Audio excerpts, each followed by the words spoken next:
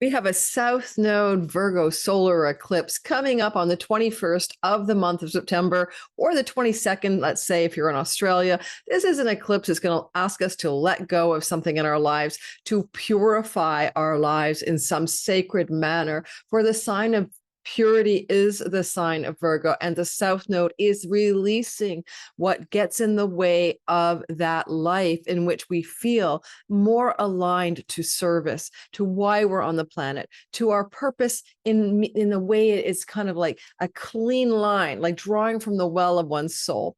There's a lot of sacred energy with the energetics of Virgo, like the purity of the Virgin, like the sacred mysteries of the Elysian, I can never say it, Eleusinian mysteries, but it's also a sign that has to do with fertility, with things that grow, with things that nurture us, the sheaf of wheat in the hand of the Virgo Virgin. So there's a lot to be said about what we let go of, or what let goes of us, allowing for a new kind of prosperity, fertility, and goodness in each of our lives. I'm so excited by this eclipse for individuals because it can be extremely powerful.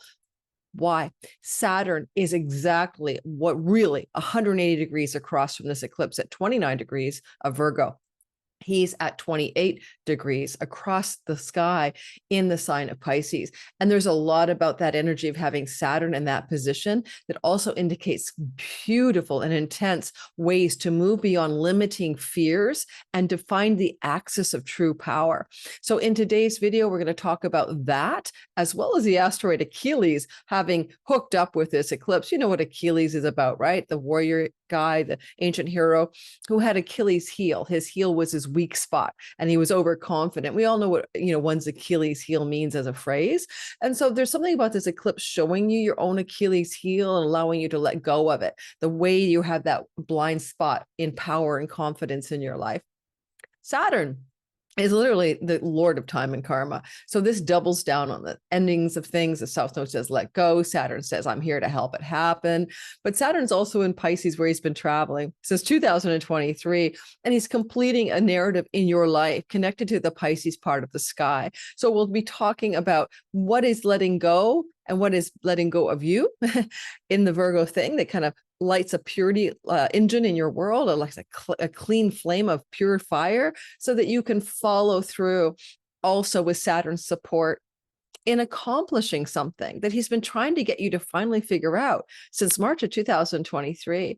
Don't be afraid of Saturn. He's like the wise man, the wise woman, the crone, the Senex. He's literally the guy that you would go to for advice if you trusted the wisdom of the elder within yourself. I was just reading on YouTube recently or somewhere, maybe it was an article. I think it was the Washington Post posted an article about these little old men and women in a Winnipeg, Canada old age home that set up an online forum to give coaching guidance to people. I think it's for free. We forget about the wisdom of the old, the wisdom of the elder. And that's what Saturn can be representing. And so where is that inner wisdom that you have? That sage-like wise part of you that is going to guide you to release, surrender, and let go. And whatever it is that is time to forget about it, it's done. Let's flush it down the toilet. That's what's happening in Virgo. Well, at the same time, Saturn is completing and climaxing on a story of new power and new wisdom and new mastery that you've been trying to accomplish in Pisces. And this eclipse is working with that energy as well. So we're going to talk about that for your sky today. It's going to depend on your sign. If you're listening for your rising sign, it's your avatar in the simulation. If you're listening for your moon sign, it's your emotions, but also your home. Your sun sign can be the avatar game player, right? The real you, the soul, the spirit of who you are, but it also can connect you to career and purpose. I suggest try listening for all three. And if you're new here, welcome. My name is Lori Lothian, and I use world astrology as well as individual all signs astrology as part of what I offer you here on YouTube. And I'm a traditional astrologer using ancient time lords as well as whole sign houses. I do not do sidereal or Vedic astrology on this channel. This is Western tropical. And if you want to learn how to be your own astrologer and time your best life, you might get in on time. My class starts September 27th. It runs for 6 weeks live. It has coaching calls with me, group Q&A coaching calls every week, different times to accommodate time zones, a private Facebook community, a private Discord community, 4 guest teachers teaching on relocation astrology, grand aspect patterns in the chart, Sabian symbols and zodiacal releasing, an advanced tool. So we have guest teachers as well as my 6 weeks of teaching. So come join me. All the information about the course, whether you want to subscribe or not, you can read about it. It's in the description box below, and use code SKY10 for 10% off. SKY10, capital SKY. And that code is in effect until midnight on the 21st of September. All right, so guys, and today's drawing, software astrology delineation, I'll also use the power deck by Lynn Andrews to also add a little element. Why power? Because Saturn is the natural ruler of Capricorn, the 10th house of the natural zodiac. And the axis of power in one's chart is houses 4 and 10. And in that regard, I'm pretty excited to add the power deck to our reading today, because Saturn, opposite this eclipse, is asking us to connect to that power. All right. I'm making a major announcement here. I'm only going to, maybe I'll say it in my next video. I'm going to be leaning away from doing world astrology on this channel. I've come to understand that it's not worth it. It's not worth it. Not only do the comments get vitriolic under the video in which I talk about a world event using astrology, particularly political matters, particularly US politics, but it's also at odds with where I'm at in my own life. I'm coming into a time of deepening spiritual awakening, of connecting to the deepest mysteries, the Gnostic traditions, understanding the forces on this planet that aren't here for good, understanding that they're like literally chugging human misery and suffering and anxiety and anger and vitriol and eating it for dinner. The darker forces love the emotional limbic hijacking of humanity, right? We're primitive brains, we're mammalian brains. We get limbic hijacked by world events. We get dopamine depleted and stressed out, and cortisol intensified by watching the calamities and the horrors of our world. And our body doesn't know how to turn it off, because it doesn't distinguish between watching somebody get killed and you maybe being also threatened. My last video talked about the astrology very briefly of the Charlie Kirk situation. And the one before that, also, I talked about my emotional distress at having, something happen where the wife and children witnessed the man die in front of them. And even so, I was still attacked. And also on top of that, because how could I not hate him and wish him dead? And he got his comeuppance. Guys, compassion, loving kindness. Not the hearts are hardened, but also, because I don't believe, I wasn't a fan, all right? I'm just a human. But also then my metrics on the back end, it's always like that when political content's covered on my channel, especially United States. It's literally, the video comes out and there's my 5 subscribers, and then 10 go away, and 2 come up and 10 go away. And the metric is, I put a video and I put all my heart and soul into it. I put a lot of love into the content for your sign. And instead of getting subscribers on the Sunday video that came out about the 3-month refresh of the solar ingress, I a net loss of subscribers, a net loss. The channel grows not just on views, but also on increasing subscribers for the algorithm here. And so, as much as I know a lot of you love world astrology, you can find it at Substack. It's free. I do all of my world astrology content, written format, for free on Substack at the Pluto Chronicles. Please go subscribe. Where there's a paywall is when I'm doing all signs delineations. But at the point, if you want my world astrology and it's written content mostly, sometimes I might put a video out. It's literally all over there at Substack at the Pluto Chronicles. I keep trending in the leaderboard as a bestseller. I was at 21, now I'm at 78. I'm doing well over there. People like what I'm writing, and I can say what I can't say here. The algorithm doesn't punish you on Substack for speaking out truthfully what you think is going on in the world. So come join me there. We're going to start using YouTube as more of a space to connect spiritually, to create a community where we can actually look at the dark together, celebrate the light within ourselves, and focus on our own journeys together. So that's my announcement, and I'll re-announce that for a few videos later for those of you who've loved the world astrology. For example, today's video, I might have gone ahead and told you about the world astrology of this eclipse. Don't worry, I covered it in depth at Substack for free. Check it out below. Rather than me repeat that here, we're focusing today on our lives as individuals, how we're going to purify when something is ready to let go of us. Sometimes we think, oh, I have to let go of the cigarettes, the booze, I have to let go of that bad relationship, I have to let go of that job I don't like. Well, yes and no.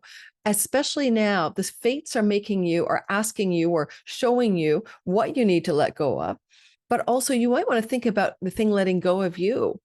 we often think I have to let go of this thing that's bad for me, or that I know it's not right, or it's just not fulfilling, or I feel polluted by it. The opposite of the virginal sacred container of Virgo. And a virgin isn't about being celibate. A virgin in the ancient world was a powerful woman untethered to a man who made her own bodily choices. In fact, it's like Andromeda's chained to a rock, and Cassiopeia is chained to something as well. These are like the ancient chained women, but there's no chaining with Virgo. It's the unchained purity of a self-determined feminine. And that's feminine, not woman. You men out there listening have a feminine core. And that's your yin, and that's your Shakti, and that's your Kundalini, and that's the power of the feminine and the energetics of creation. So being in this unchained, pure, empowered feminine energy is what Virgo offers us. But the South Node says what must be released, or what must release you. And what I was going to say here is that sometimes we just have to say, may it let go of me.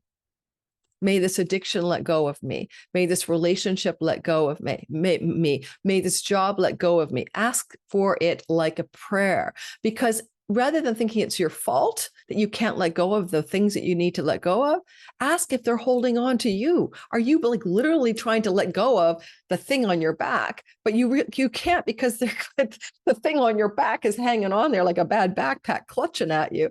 That's what I wanted to say.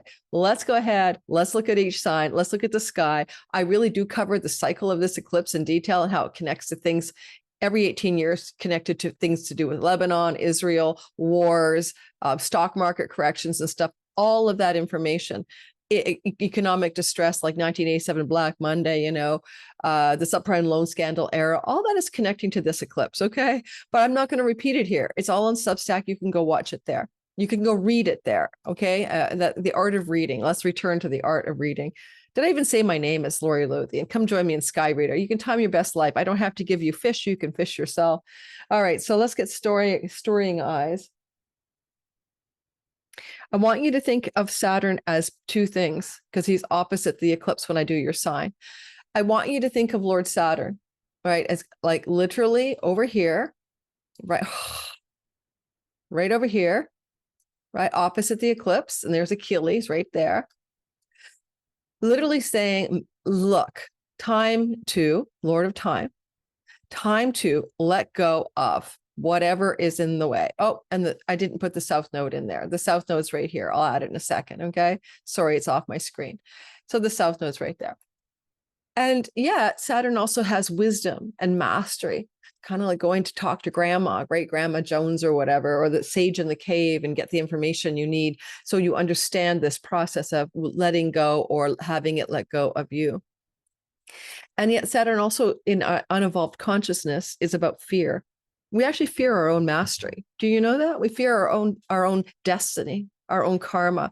There's a thing in James Hillman's book, Soul's Code, where he talks about people who have major destinies, like the orator Winston Churchill, who was on the radio orating people during the war, exhorting people to hang in there during like the Dresden bombings or whatever.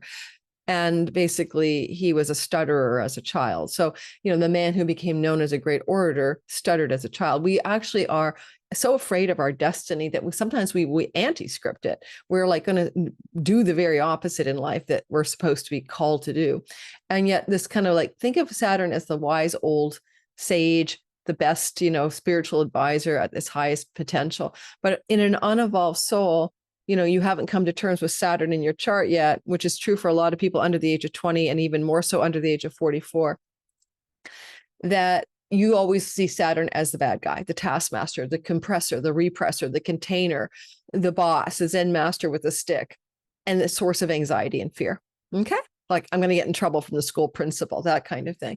So keep in mind, it could also be the source of great power and authority. And we're going to talk about the great power that you're trying to create in your Pisces whole sign sky. That's where the North Node is. Relative, the North Node looks like this, and I'll draw them back in. So I'm really focused just on this axis. I'm going to clean the chart up a bit in a minute, perhaps, so we don't have all the distractions or everything else. And we're going to get started talking about your sign. If you like this all signs content where I dive into the more soulful and useful humanistic content for your sign, please hit the like button, subscribe. Please share this with friends and family. I do read my comments. And please let me know if you're okay with me moving all world prediction over to Substack, where it's enjoyed, celebrated, not not algorithmically punished, and certainly nobody over there is troll oriented. I have to say it is a very sane community, relatively speaking. Let's go ahead and do your sign. We're going to begin today with Aries. I just wanted to mention a couple more things before we go ahead and look at your sign. I almost forgot. My dear friend and colleague, Renn Butler, is teaching archetypal astrology yet again every year, 6 months long. Starts October the 4th. And I would really recommend his course to anyone listening who wants to have a deep dive into astrology from a perspective that's not particularly focused just on prediction, but also deep self-understanding, the archetypes of your natal sky, how we are interfacing with the world and the dreaming world and our nighttime sleep. And there's a moon in my sky that's so beautiful in the daytime. And it's kind of course where I took it and I never looked back. It really changed how I saw my interface with the sky. Like I realized I am dreaming the sky. My dreams are literally the archetypes of the sky. And so are you. You just don't know it. And it's also a group that's really connected to the use of, psychedelics, which is so funny because the Eleusinian mysteries were considered probably to be using poppy seeds, and that's the Virgo season energy. But go check him out. Go check out Renn Butler. There's a special discount code for people who sign up through me. They're going to get the early bird discount rate, even though it's expired. So if you want to check the link for Renn's class below, he's a great astrologer. It's a fun 6-month class with some breaks for Christmas and stuff. It's really affordable. And it's for people who really want to learn astrology in the depths of maybe becoming an astrologer or understanding yourself better and joining together with an amazing community. So I promise I give him a shout out at my channel. Check below. You'll get a much better rate if you say Lori sent me to a 6-month class. That's different from Sky Reader. Sky Reader is like jump in head first, get like a massive splash, like in the swimming pool of astrology, understand how to read the sky and time your best life. The best I can teach you in 6 weeks, some basic astrology tools to use for friends, family, and yourself. But this is not a 6-month course. For me, it's 6 weeks. He's got the patience to teach people together on Zoom for 6 months. So go ahead. He's a wonderful, wonderful astrologer and friend. And I've got his book, of course, Archetypal Astrology back there. I'm always pulling it out for you guys. And he's got much more to offer than just a book. He's a great teacher. Plug done. Let's go ahead and talk about your sign. Now, first of all, I'm simplifying the chart so that we're not looking at the mass. I want you to think about what's letting go of you and how you can achieve this mastery and authority and power through the Saturn energy, witnessing the letting go over here. Now, this is the Achilles heel, and that's the place where you're weak, you're overconfident, you think you're unstoppable. Poor Achilles got, shot in the heel. So your heel, your weakness, your weak spot, your unseen weak spot is a part of this eclipse. And Venus is here, of course, and she just happens to be in the mix. And she is literally Venus in Virgo is like the Eleusinian mysteries, and she is like the fallen Venus, like Persephone abducted to the underworld, and she can represent the virginal woman who is charge of her body. And it's not about being celibate; it's about being powerfully pure in your own desire to be autonomous without a male, or with the feminine who's on her own journey. So we're not going to bring too much of her into it today. We're really, because I did that in my original video. I forgot to mention, there's another video with the Finger of God story about this eclipse that is already out. This is my second video, focused primarily on the Saturn narrative. So go watch that as well. Let's start with Aries, sun, moon, and rising sign. Aries, guys, you guys, like I'm one of you. My sun, my career, my moon, my emotions, and also my domicile are involved into the story. We are facing the energetic of an oppositional axes between Saturn and this eclipse in what I often call the axis of magic. This is literally where we have a lot of spiritual stuff, past lives, possibility for full spiritual liberation in the 12th house, awakening from the matrix, so to speak. And over here, karmic debts to be serviced and how we can be of service and work out the karmic debts. But this energy axis wise, right, is very subtle. And quite often, we're not quite aware of what's going on over here. Okay. It's called the aversion axis from Aries. And so it really invites us to a deeper investigation of our own inner life. This is where you can meditate, do trance journeys, have nocturnal dreams, be extremely inviting of wisdom and truth. So take this energy of this eclipse as it approaches on September the 21st. I'm on the 20th, but don't worry. It's on the 21st, 22nd. I'm just trying to, maybe it's, spin the chart and not lose the moon. And it's an eclipse portal. And so use it as a sacred tool. Like think about taking time from your daily activities to meditate, wear white, stay calm, don't get angry, be sattvic, use it as a sacred tool during this window of, Saturday and Sunday into Monday, time zone dependent, to really honor this eclipse energy. One thing I want to notice is that you might have an Achilles heel, that's something that's going to weaken you in your 6th house of health. And because this is the axis of addiction, the 12th, it's likely something that you're doing that's addictive. It doesn't have to be a substance of ingestion, okay? But it may be for you, because it could also be like habits and patterns, Netflix binging, escapism, procrastination. But in this sabotaging way, because Venus is here and she rules your 2nd house of what you put in your mouth and ingest through your face.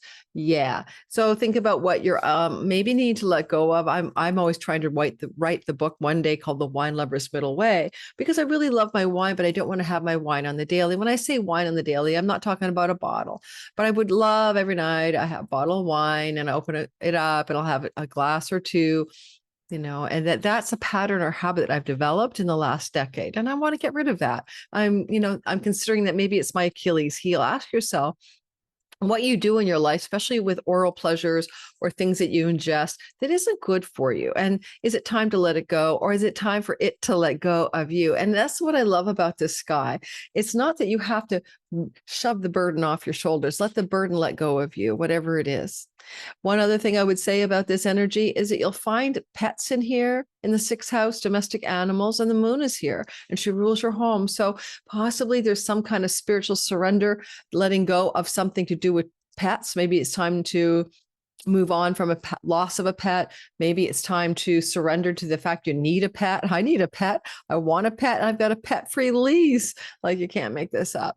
And then over here, North Node and Saturn has been working, Saturn in particular, with you since 2023 March to shore up your spiritual life. And this is one of the best places for spiritual guides to show up, wise women, wise men, or spiritual practice that requires discipline, meditating, your yoga practice, your listening to your mantra chanting, whatever you do.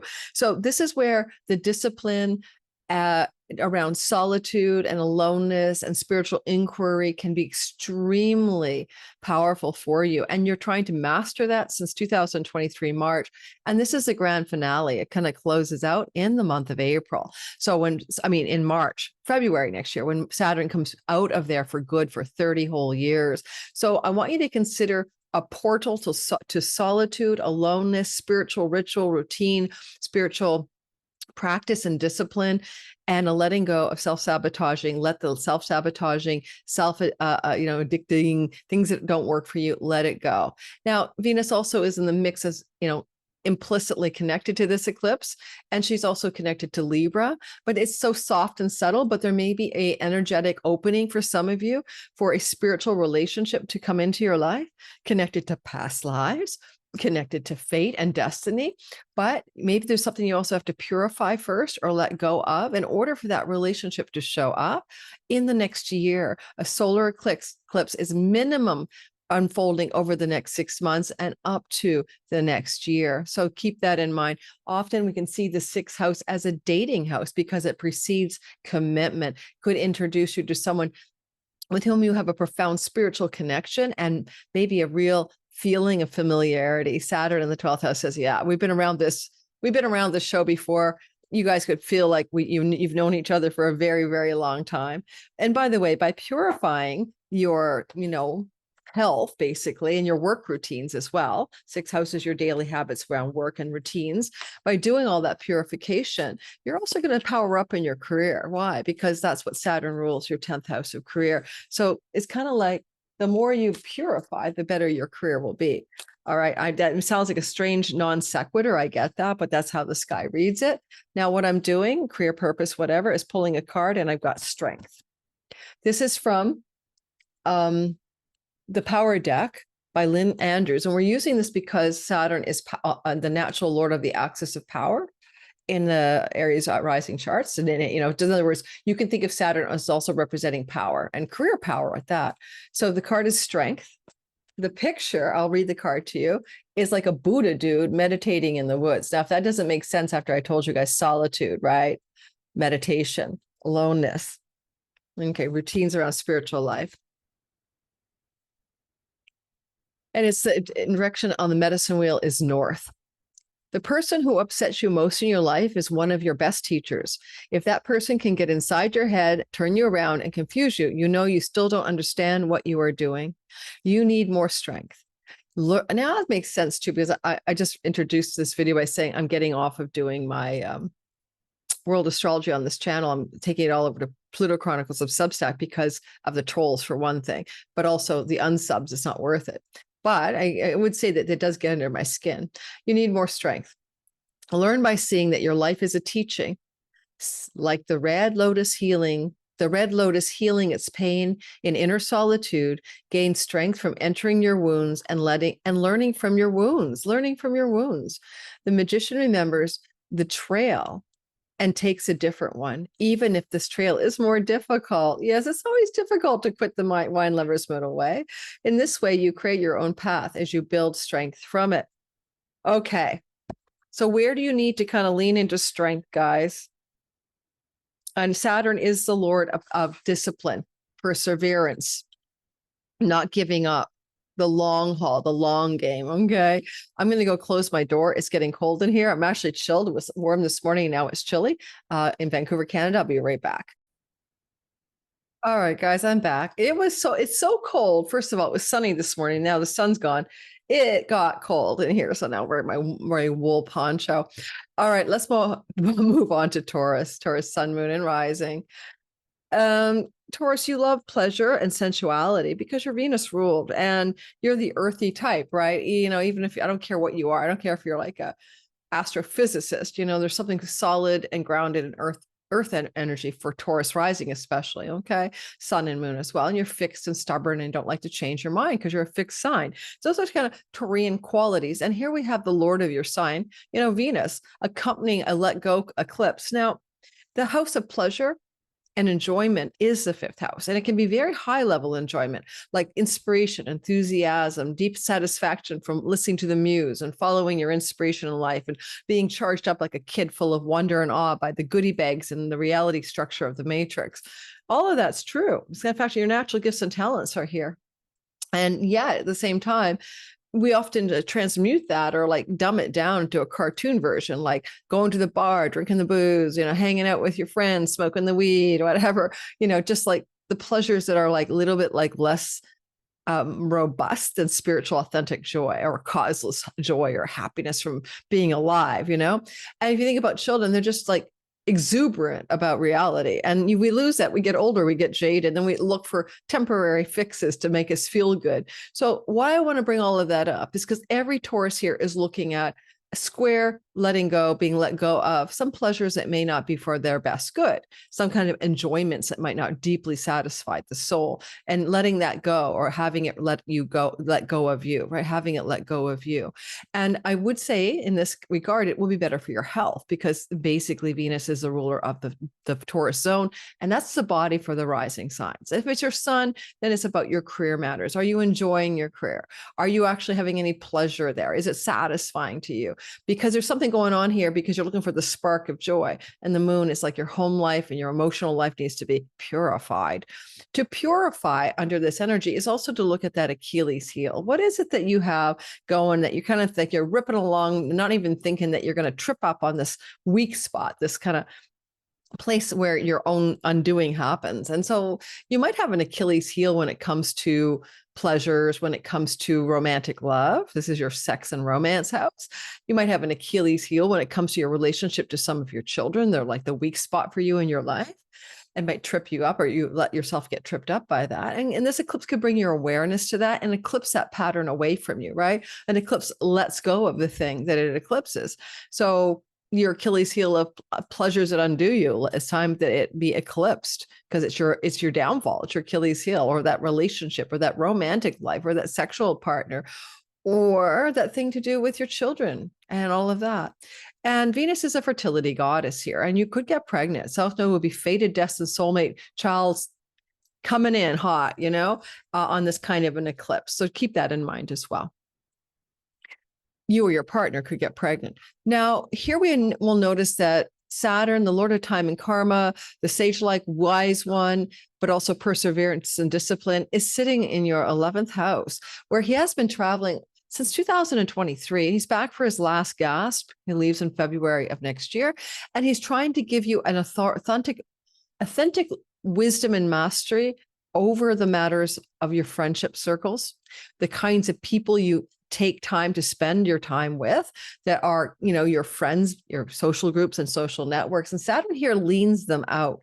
So my Taurus son daughter, one of her best friends, just moved for 2 years to England to study at school there. The vibe is such that, there's less friends to go around, but Saturn's also very wise, and he can remove those kinds of friends from, like, with a wisdom here, from your reality that really aren't the best people for you to spend time with. And also Saturn up here can really refine the way in which you create career profitability. Okay.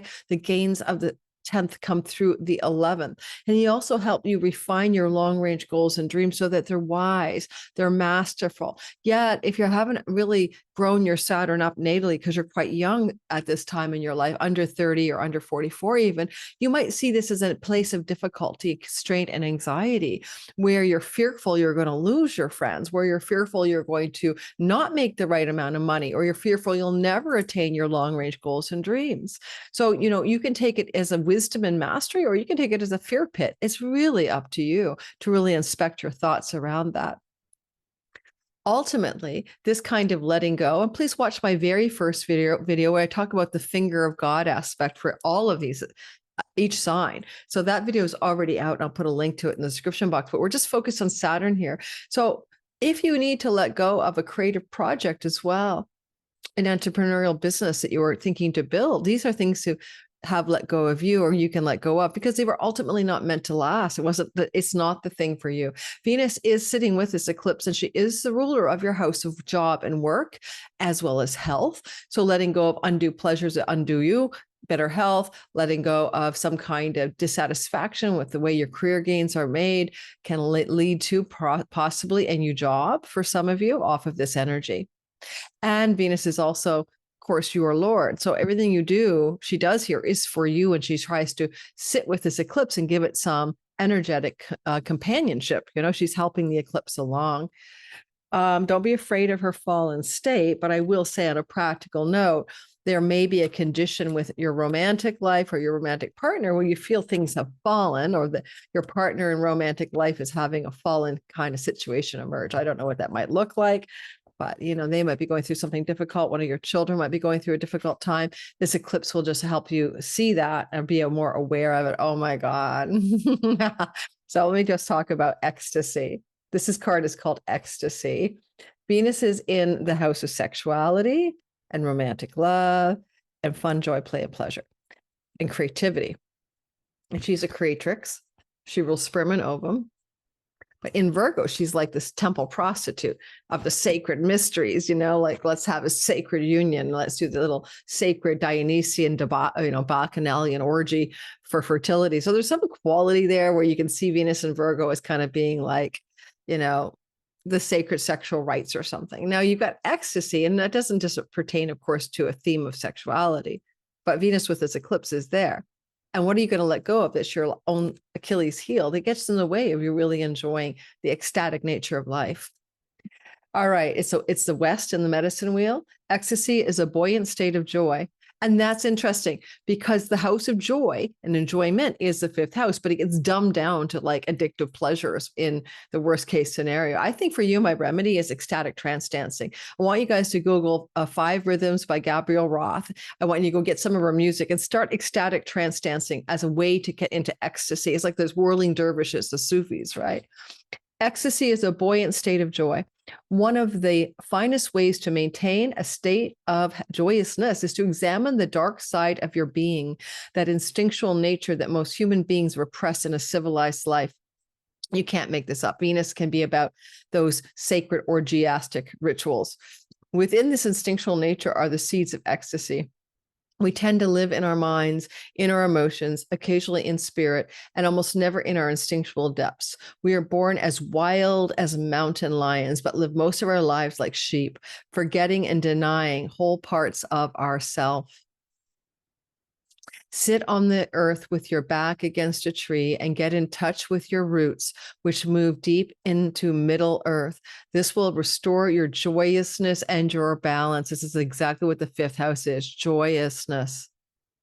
Each day, I always call the fifth house, why do you get out of bed in the morning? And what gives you a reason to be here? Each day, listen to your body, mind, and heart. What are they telling you about a given situation? Your body, your mind, and your heart. Ecstasy is like a wind horse waiting to be ridden. The last wild ride before your passage into enlightenment. Take courage and live your passion fully. And I want to show you the picture again to contemplate. Okay. There you go. All right. Oh my gosh. I love this deck so much. Every time I use this deck by Lynn Andrews, the power deck, I'm going to start creating it. I'm going to create a YouTube affiliate store. So you can find the decks I recommend. I'll get this. That'll be done before this video comes out, I hope, on Thursday. I'm recording on a Monday morning. Gemini, sun, moon, and rising sign. I am excited because I have a progressed sun in Gemini. By the way, don't think about your progressed planets as more important than your natal, but they're helpful. So, where is there something that's your Achilles heel that trips you up, that gets you in trouble? You don't see it coming. You're overconfident, maybe, about your childhood and what you learned as a child, because it's time to let it go. And it's sometimes our childhood stuff. This is the house of our growing up years, our childhood, our mom and dad, especially mom. Sometimes we don't see it clearly until it's in our face, right? I mean, we have subtle lessons we learn or subtle messages we took on as a child from our family of origin, in particular, from growing up with the parents we did, that we don't actually see. Sometimes another person can point it out to us. Sometimes we get insight in a dream or a meditation, but sometimes we're just like fish. It's the water you swim in because you were born in that water, and you're really not able to step away and see the water for the water. It's just like the air we breathe. It's like everyday way you be that way because you were raised that way. So that's part of the Achilles heel for you that you have to unwrap. And it's literally Saturn in this natural happy place, the 10th house, where he has maximum power, because normally that's the Capricorn 10th house from the Aries rising chart.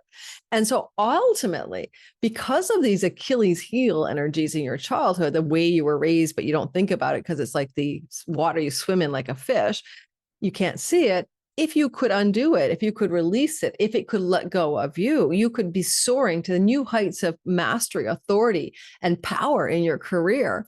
But first, you got to look under the surface, down below, where you have darkness in the midnight hour and where you have your childhood. It's an interesting time to see Venus here. She's the fallen feminine. Maybe there was an archetypal message about women that they're disempowered, or your mother had some disempowerment in her life. Or maybe a female in your child, like a female sibling, and disempowerment.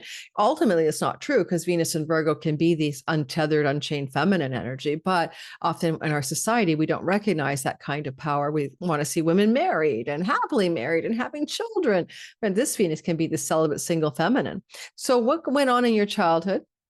They could have given you a bad vibe about what your pleasures are that you're worthy of capturing with Venus, your joys and pleasures in the mortal life. Yet at the same time, you might be kind of confused because you don't know that you have this kind of overlay of an algorithmic code that's working through you. You're not working it, and you want to let that code go. You want to hit the delete button. You want to have a malware reset button from your childhood so you can undo that code that's sort of back in the background, malware in the background from your childhood that's undoing your career and professional success. I will use me as an example. I am, because my son has progressed for 15 years into Virgo, and into Gemini, and a success at what cost, right? What's the malware that I might be running? My dad almost drove himself to extreme bad health. He did, because he had a business that was successful and he didn't have any vacation and didn't have time to exercise and didn't have any pleasure time and downtime. And it's not his fault, really. But it happened, right? We're in a small town. He's a pharmacist. There were no other pharmacists in town. His store had to be open. He didn't have an assistant. He couldn't take a vacation. He was driven to provide for 3 children. and his wife. But it led him to be extremely unhealthy and unhappy in life. Drove him to drink a bit, So I can see that malware is in my system, right? I'm a workaholic. I don't have time for my life's enjoyments. I'm changing that already. And I drink wine to decompress sometimes. So I'm just using me as an example. You can look at your own childhood stories. Where's the malware? What's that code running in the background? You're going to let it go. Now, on a very practical note, you could let go of your property, home, and real estate, wherever you're living, right? And that's because that's what the fourth house is representing. And it doesn't mean you're going to do that today, within the next year, after this eclipse, because maybe your Achilles heel is connected to where you're currently living. I'm living in a high rise. I want to be in nature. I got sirens around me. I got an ocean view. Is it worth it? Probably not. So there's an Achilles heel energy for me. And it just says it's a good chance. There's a positive outcome coming in the next 6 months to let go of where you're currently residing for something new to emerge. Finally, Saturn's been working for the last 3 years, since 23 March, in your 10th house to bring you authority, mastery, and power in your career. That's my progressed sun in Gemini. Sun represents career. I can't even begin to say how much more success I've had professionally in my work, in my career as an astrologer, as I have since Saturn entered my 10th house. So for all of you, this is the grand finale. This is the peaking out, a climactic moment of success. What Saturn will do next 3 years after that, starting next February, add 3 years of February of 26, add about 3 years, is he'll bring you authentic career profitability and gains in a steadfast, enduring, and lasting way, right? Give you the long game of that. And so there's after all this climatic intensity, but I'm bringing it up because Saturn here, if you were working the Saturn shadow, you're having anxiety or fear about something in your career space. I would say I'm afraid to let go of my workaholic schedule for fear of failure.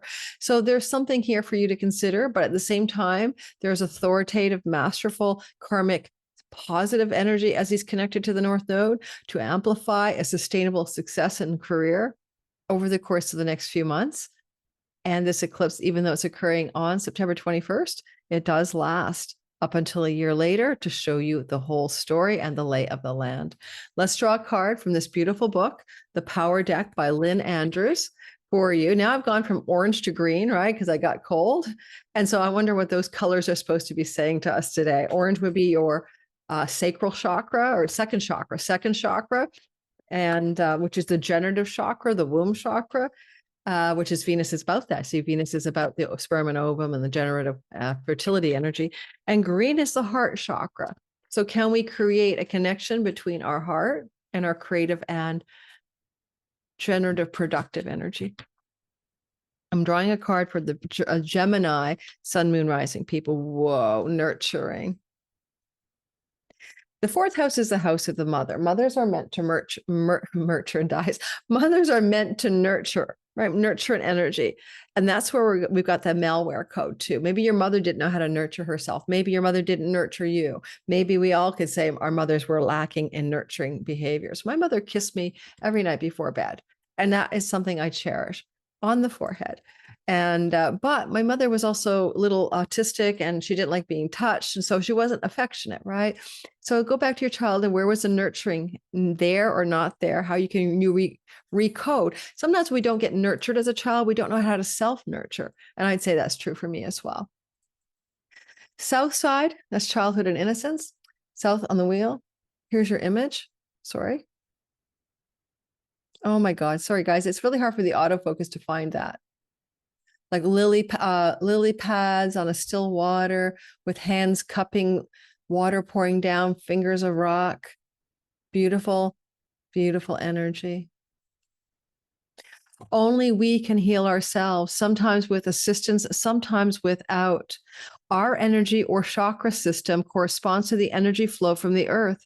If you listen and feel, Mother Earth will heal you as you heal her. This is why I'm moving to a ground floor unit somewhere where I can walk on the grass when I leave my home.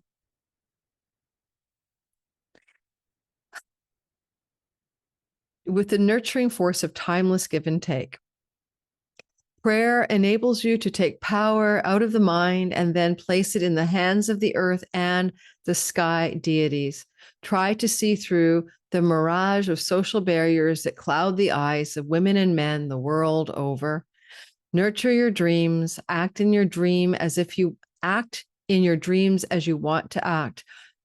Find the guarded kivas and sacred places where you have hidden your heart and nurture your spirit. That's actually make me feel emotional. So there you go. That progressed Gemini sun really feels that. Okay. Moving on to the next sign. Whew. I think I need to leave the city. I'm in a city. I need to leave the city. Do any other Geminis feel the connection to that question, that desire? All right, Cancer, sun, moon, and rising sign. All right, Cancer. You know, the third house is so like the junk drawer in the kitchen with everything in there, right? Cadent third house is about your neighbors, the neighborhood. It's about the everyday places you visit in the local environment. It's about the sibling one younger, aunts, uncles, cousins, nieces, and nephews. It's siblings in general, but tends to be more specifically the sibling one underneath you. And finally, it is also what you are thinking about, you're communicating about, it's your ideas. And it's also about, in our modern day, the virtual neighborhood, our social media landscape and community. Sometimes we learn in this place, a skills-based learning. We take a course to learn a skill. We can also teach as a skills-based teacher here. Having this and write, it's a writing house. Now, having this energy of Venus attending to this, and she's fallen, could indicate there's a difficult circumstance arising for an aunt, uncle, cousin, niece, nephew, or a sibling one younger than you. At the same time, because it's also your story, there's an Achilles heel energy that you are not necessarily aware of, your own, self-undoing spot where you're a little overconfident and don't necessarily see it. But on the other hand, because this is about other people, your sibling one younger is your weak spot, your Achilles heel, the place of self-undoing for yourself. There's a quality here with the moon, that's your sign, moon and sun are together, right? New moon, but it's eclipsed. That you could find yourself sometimes eclipsed by that uncle, aunt, cousin, sibling one younger, neighbor. There's the needs of another that are calling to you, but you don't realize it's your weak spot. It's your Achilles heel. You need to let it go. You could find that you're looking at this energetically as a need to have something let go of you, as my title might say, what's getting ready to let go of you. That it has to do with your environment. Like maybe your environment's fine. Maybe your neighborhood's great. Maybe your everyday places you go are great, but this can literally be a letting go of you. The neighborhood's letting go of you. Okay. No, that means you might be moving, right? Right. That's what it could mean. The neighborhood's letting go of you. Just a thought. Mercury rules this eclipse and is in Libra, the house at the time of the eclipse. He's right over here. I probably should have left him in there for you guys just because he is the eclipse ruler. Let's put him back in. And it's very possible that you might be getting ready to let go of or have the neighborhood let go of you. So that could indicate a change of where you live, obviously. And this eclipse can play out over the course of a whole year. Now, you might also notice that you could be letting go of something from your childhood where Mercury's sitting, but it's where your childhood and your sibling energies intersect, and letting go of some of the dynamics from childhood connected to siblings. That could be something important for you to consider at this time, especially if there's been trouble with siblings or siblings have left you with some wounds, and maybe getting ready to let go of that as well. Saturn is in your 9th house, and he's like the Lord of authority and mastery, perseverance, sometimes fear, anxiety. He's been in your 9th house of God since 2023. This could be where you really have been leaning in to try to figure out your spiritual path, spiritual practice, being more disciplined, finding a religious or spiritual community or ideology. Also, though, he represents foreign lands, foreign shores, and foreign peoples, and sometimes a foreigner, passports and visas, all of that stuff. And he's been looking at this part of your sky with you. It happens once every 30 years since 2023 spring. And maybe you've been feeling alone or lonely, or there's hardship connected to the foreign lands, foreign shores, foreign people, foreign places. And with Mercury's position, you might want to move to a foreign land where you feel really powerful, or you may want to move away from a foreign land where you feel disempowered because maybe some of you don't live in the homeland in which you were born. Also, like finding a guru, a preacher, a pastor, a guide, a mentor, a coach can be very ninth house. Saturn can be with the North Node, the entrance of a destined guide, teacher, mentor, coach coming your way.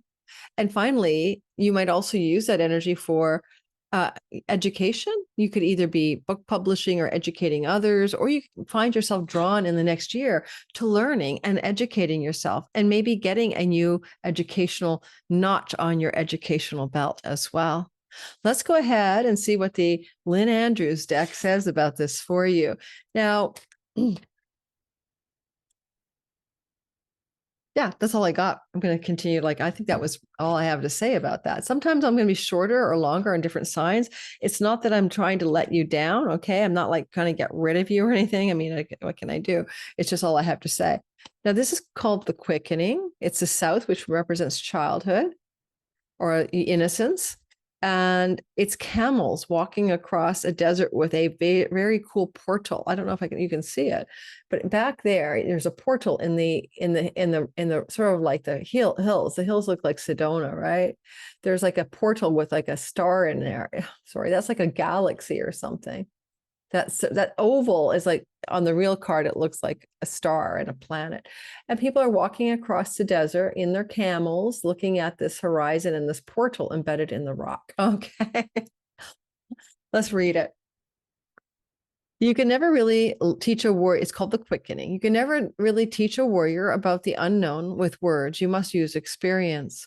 But if you look into the eyes of a woman of power, you may catch up with her a little. She has years of truth. Venus is there, right? Venus is a virgin and she's in Virgo. So she's really honestly the woman of her own means.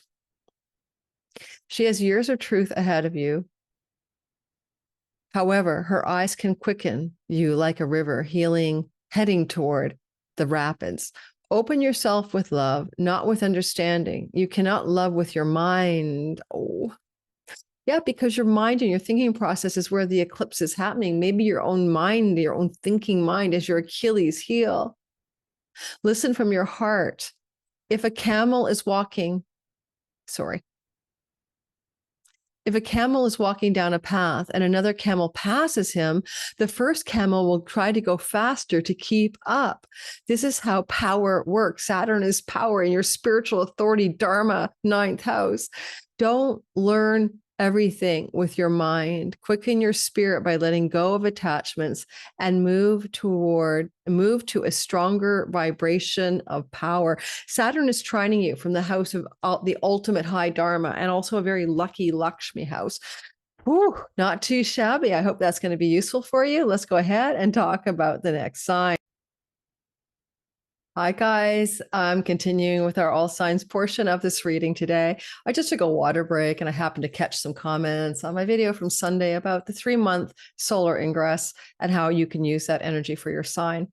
And literally the anger and the vitriol about people accusing me of not being considerate of transgender or somehow being biased against people of color, which is so not who I am.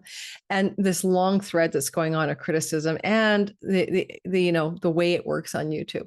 I'm going to be going back into that video and deleting the whole front end and just leaving the all signs portion. If you want to know what I actually said in that video and how I was brought to tears by the death of a young man, you can just go watch me do things over at Pluto Chronicles, where I don't have to worry about this kind of intense, crazy anger that people have. For goodness sakes, I have transgender people in my life. Okay. That's not an issue for me. And I've never been ever disrespectful of anybody for their beliefs religiously, politically, certainly not for their skin color. Let's be serious. Let's be serious. Okay. So I shouldn't have looked at it, but I just thought I'd go see how bad it was. And the fallout is insane. Oh yeah. I'm up 4 subscribers on a video that I put my heart and soul into. Normally, like 2 days later, I'd be up at least 40, 50, 60 subscribers. That's because of the people unsubscribing because they're upset. So let's get going.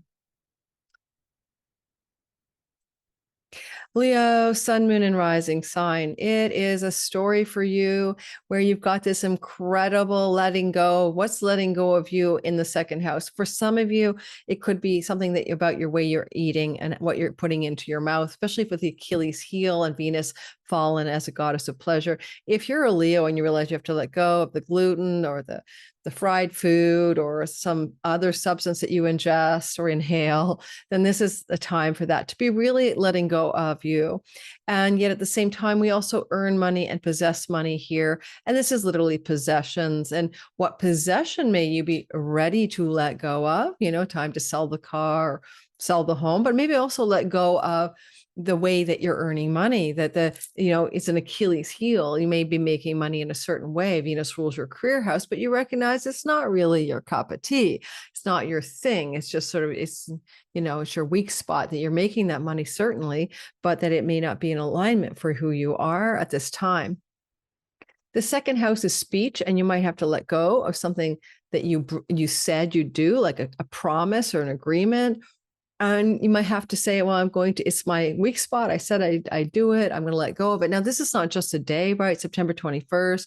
This is going to unfold over the course of up to a whole year, this letting go of a type of earnings, letting go of a possession, letting go of X, Y, and Z. Mars is tracking at the end of the sign. Let's put Mars in the picture just for you, because I don't know if he makes it into... Yeah, so Mars is crossing into your fourth house as this eclipse is ripening. In fact, I think he might actually get there. So it could even indicate letting go of a home. So some of you may move your home or change your home over the course of the next few months after this eclipse. It's time to release the home you're in and move into another one. Having the energy up here of Saturn and the North Node is important. Saturn is that mastery, that authority, that place of your own power. And did I draw a card? I did draw a card, right? For Cancer. I think that was the quickening. Yeah. Letting go of your own.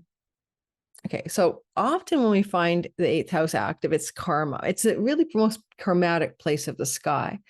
And it's ruled in your chart by Lord Jupiter. Jupiter right now is over here in the house of past lives. So for sure, some of you are letting go of some really intense Saturn, Lord of time and karma, in a karma house, ruled by Jupiter in a karma house.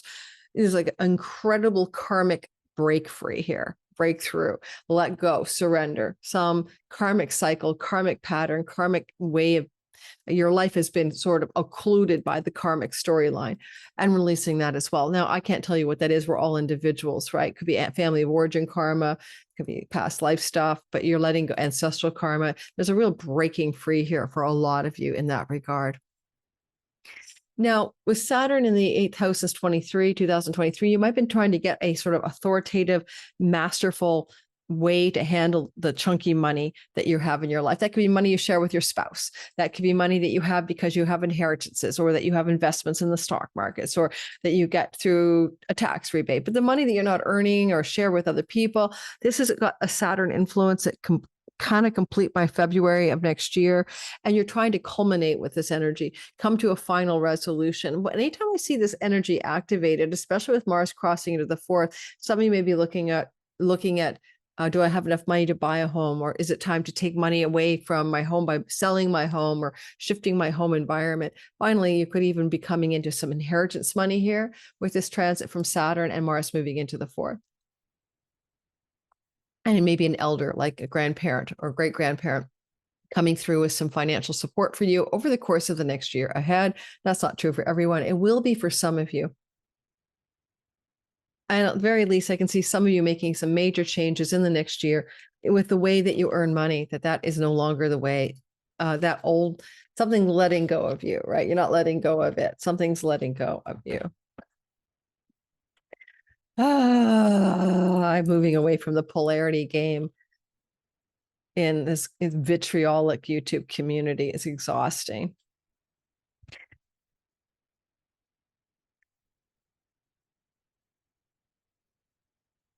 Okay, like a road leading to the earth through a portal. Isn't that pretty? And somebody's standing there in the background. Commitment. The word is commitment. It's the south, which is childhood, where Mars is heading. And home and land. You need commitment to focus on your target. Take aim, pull back the bow, shoot your arrow, even though you know you will hit the bullseye with every shot. That's the quality of enlightenment. To hit the bullseye requires total commitment to your spiritual and your physical well-being, but it also requires total commitment to letting go, to simply walking down the path and through the gateway that leads to your true destiny. It's a process of gathering. You gather your emotions, your mental strength, and your abilities as you would gather sheep. It can be a long process, but your commitment gives you endurance. It is the next step after defining your active power.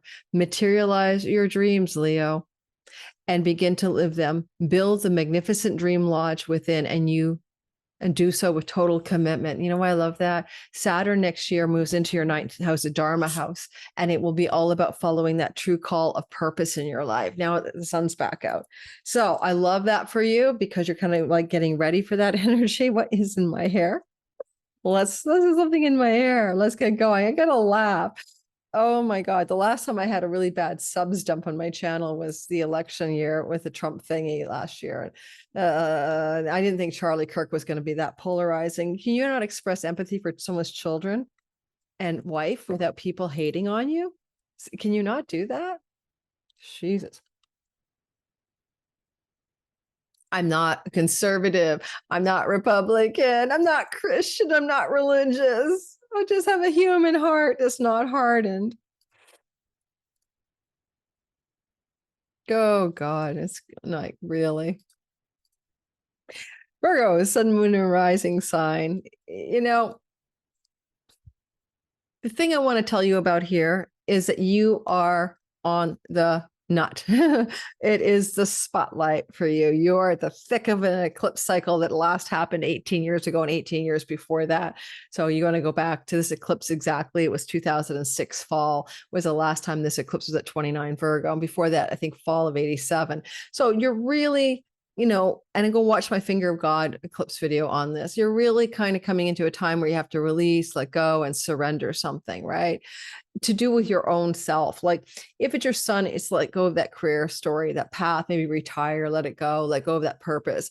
If it's your moon, maybe it's time to move your Virgo moon, your home, time to release your home, or at least some emotions about something connected to your childhood. And if it is your Virgo rising, then you're really getting ready to do a massive revisioning of who you are. You're going to let go of parts of your character simulation avatar that you recognize as you and others do too. There goes, you know, Susie, she's such a party girl. There goes Bob, he's such a workaholic. You know, those pieces of your character that you no longer need to have activated. And so this is a big deal.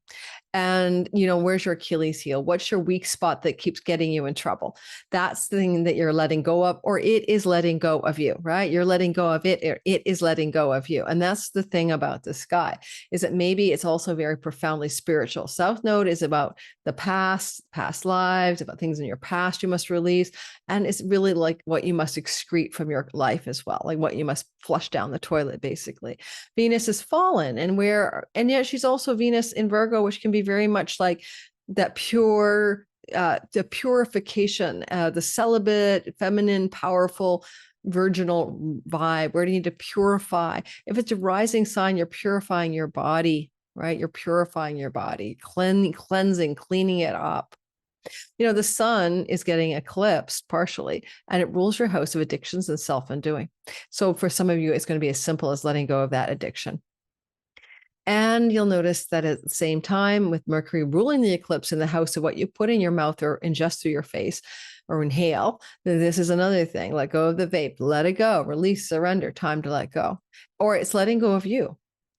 The energy of Saturn in the 7th house is where you have anxiety or fear. that something really bad is going to happen in your long-term marriage partnership or with your client and audience. So I have a Virgo girlfriend. Bet you any money she's going to want to let go of her career and maybe semi-retire. She's my age, but she's maybe afraid of letting go of those clients or the people she serves. Or if you're married or with a long-term partner, maybe you're afraid you're going to lose that person. That Saturn will grim reap the relationship. Now, being afraid of something isn't a motivation, right? We have to come from something that sources us towards something, not because we're under a fear spell. So there's something about your Achilles heel and relationship and letting go and surrendering and finding what's ready to let go of you. This is no longer needed. With Saturn as Lord of Time and Karma, he's been here since 2023.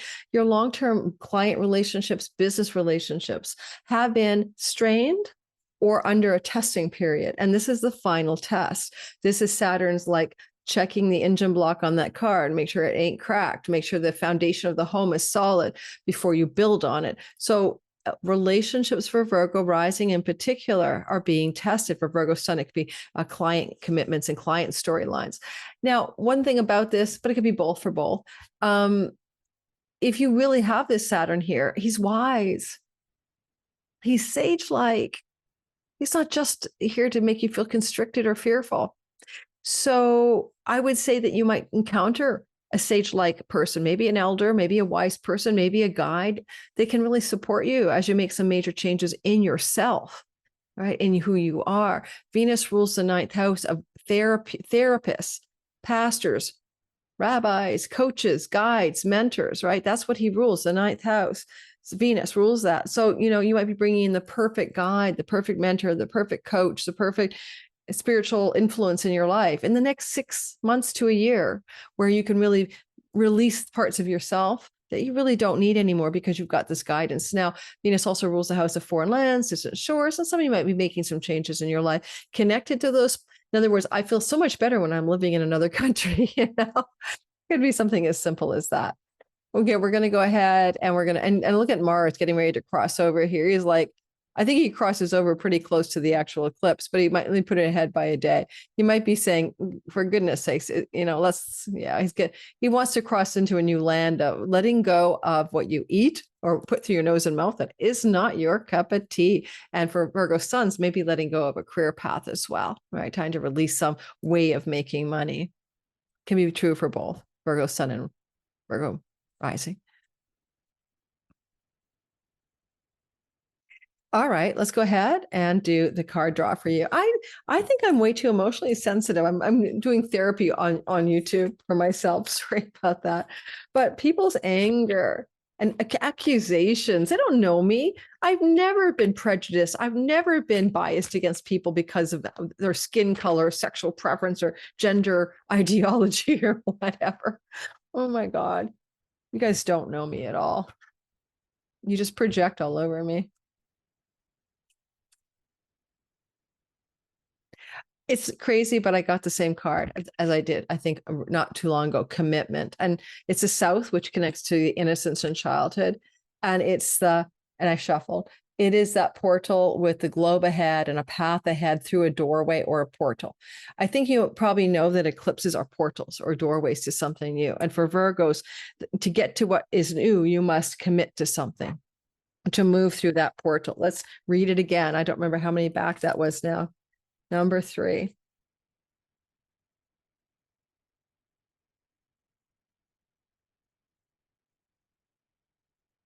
I hope I didn't forget to read a card for somebody because I'm having a feeling I did. This is weird. Now I'm wondering if I had this card for somebody and I didn't read it because now I'm not remembering reading this. Oh yeah, I did. But there was more I didn't read. I read the first part of the commitment card for whoever that was for. There's more, okay? Because it talks about materializing your dreams, the dream lodge within you. So I read that for one sign already, but let me add the second part. This is shooting your arrow, taking aim. But the second part of the card is our commitment. Oh no, I read the right part last time. Never mind. Okay, so I'll read it again. I'm sorry, guys. You need commitment to focus on your target, take aim, pull back the bow, and shoot your arrow, even though you know it will hit the bullseye with every shot. This is the the duality of enlightenment. If you hit the bullseye, to hit the bullseye requires total commitment of your spiritual and physical being, but requires total commitment of letting go as well. Yeah, when it comes to addictions, especially, for example, people can't do it. They have to like petition a higher power to help them let go.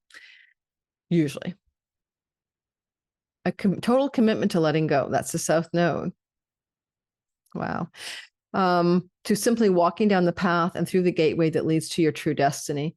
It's a process of gathering. You gather your emotions, your mental strength, your abilities, as you would gather sheep. It can be a long process, but your commitment gives you endurance. It's the next step after defining your act of power.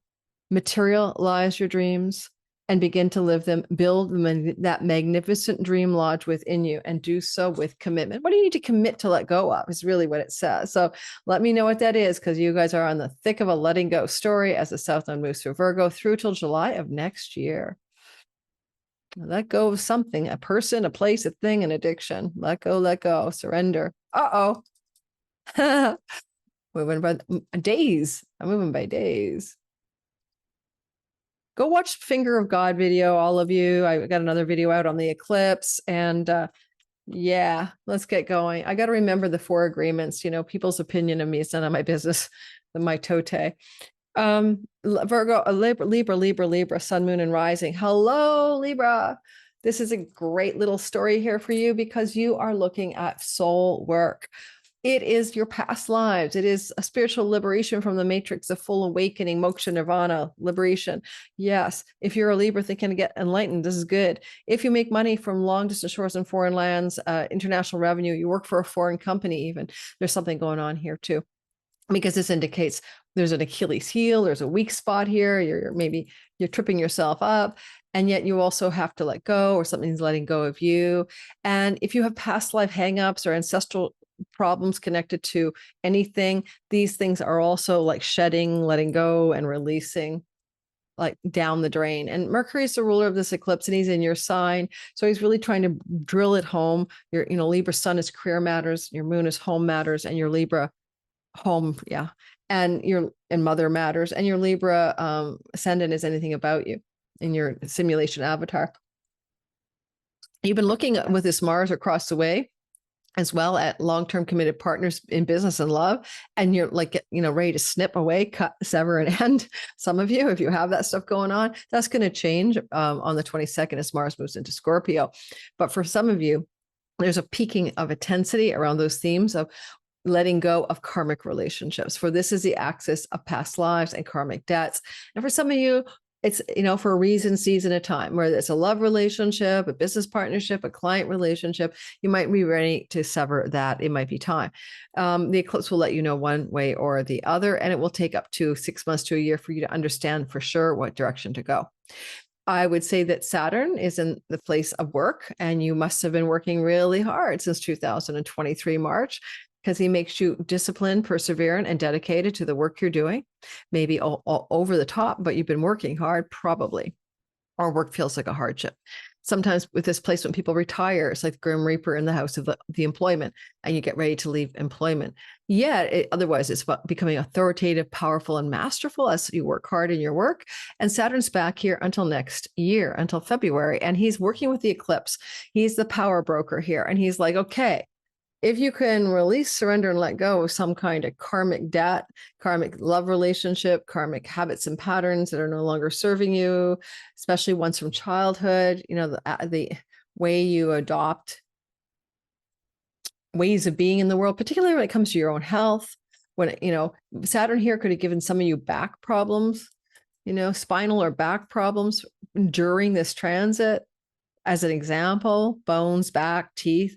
But, feet from Pisces, but you really have this opportunity to really double down on unplugging from past life vows, past life karma, and ancestral and childhood issues as well, and really just pulling the plug up on that stuff and letting it go down the drain, so that you're no longer operating from hidden codes and subversive algorithms that are running like malware in the back of your life.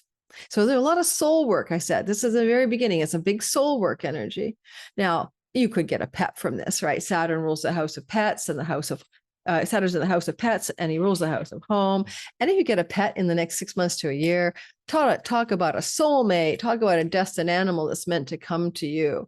And Venus is with this eclipse, and she rules the 8th house, and it could be a return of a beautiful animal, and even a large animal like a horse or something, because of Venus's placement.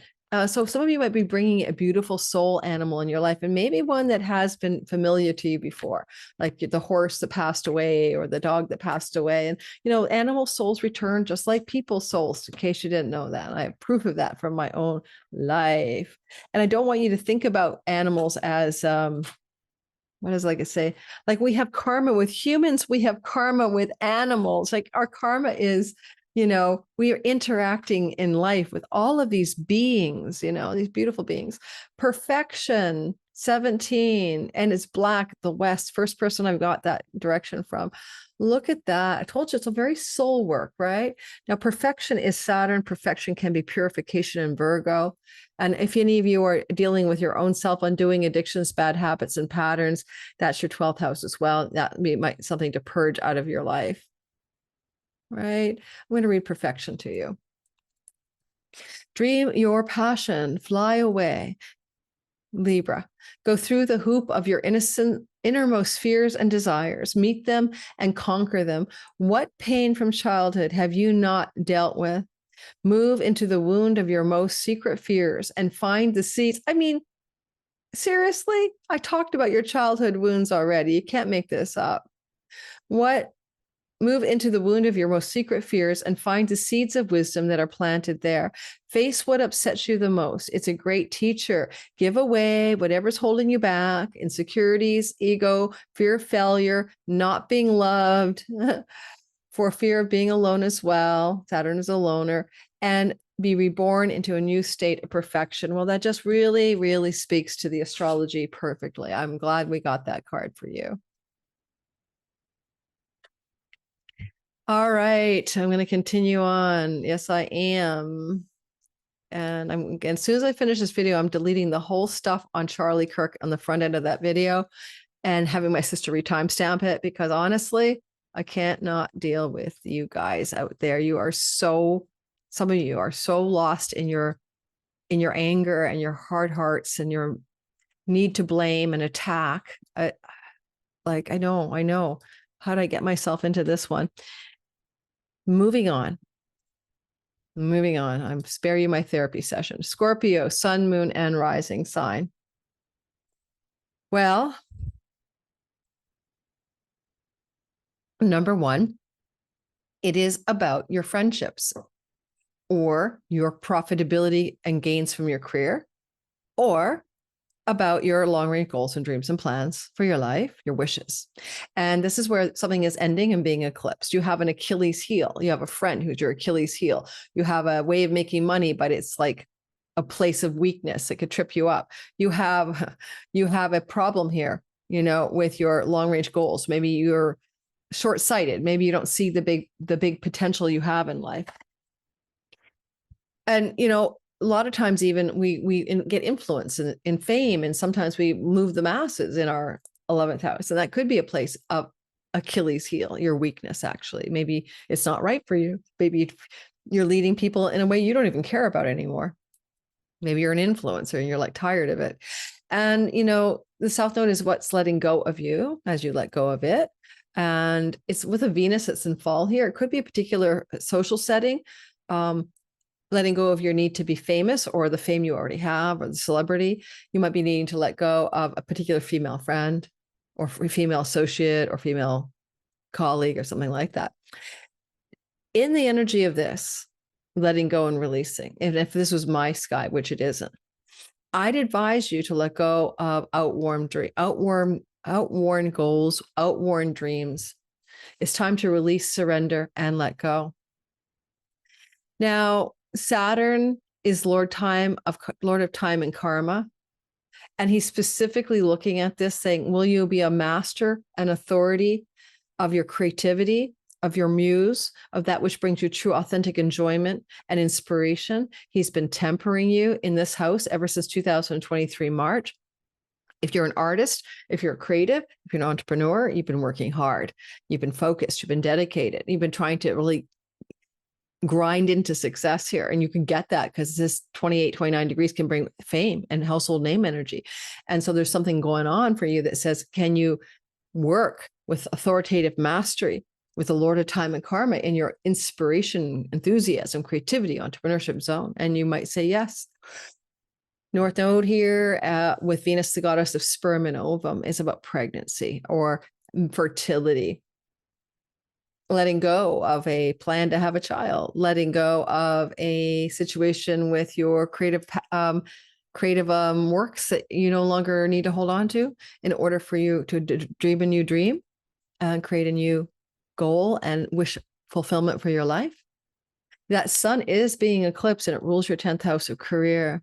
And Venus is bystanding in that part of the sky and she exalts your house of the muse. At the very least, I could say some of you might be getting ready to let go of a particular path of work and career to follow the inspiration, the muse, and the spark of delight that comes from the creativity within you and the natural gifts and talents that you were born with. Mercury, ruler of the eclipse in the 12th house, asks for solitude, alone time, and soul work. Although with Mars there, some of you may reposition your home. Some of you may be looking at changing where you live over the course of the next 6 months to a year after this eclipse. Now let's go ahead and draw a card for you and see what we get. Well, you live and learn, you know. I just failed at something. Sorry, this is an ongoing therapy session.